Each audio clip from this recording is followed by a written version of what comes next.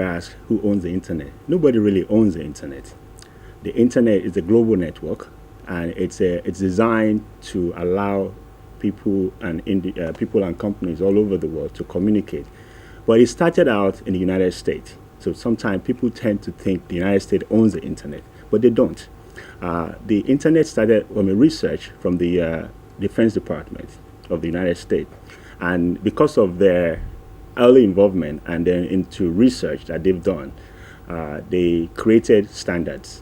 And that standard is what we all follow today. Computers operate, they communicate with what they call IP addresses. Okay. And it's easier for computers to speak that IP language. But human beings, we don't understand numbers. I mean, if I tell you my email address is ope at 10.5.3.4.5, it's very hard to remember. So what the internet as it was created initially, it became difficult for humans to understand. So they now created another standard called domain name system. So that domain name basically connects the IP addresses to the names that humans can understand. I see. So Americans don't own the internet. No.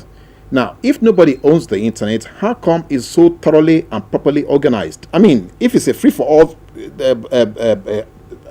avenue or playground or something, I would have thought there should be so much squabble, so much trouble trying to navigate, to find your way to communicate. So why or how come it is so thoroughly and pleasantly properly organized? That's an excellent question, and you have to give the United States credit, not just the United States, but other people all over the many years of the internet evolution. Internet is based on standards. So there are a lot of standards that makes the internet work. Standard from the engineering task force. There is a body called Internet Engineering Task Force. It's a global organization. Nigerians and anybody can contribute to it. There is ICANN. ICANN is the International Corporation for Assigned Names and Numbers. So they have a lot of standards, and based on those standards, everybody agreed to that standard.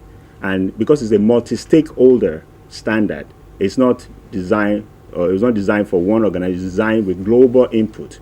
That's what makes it work.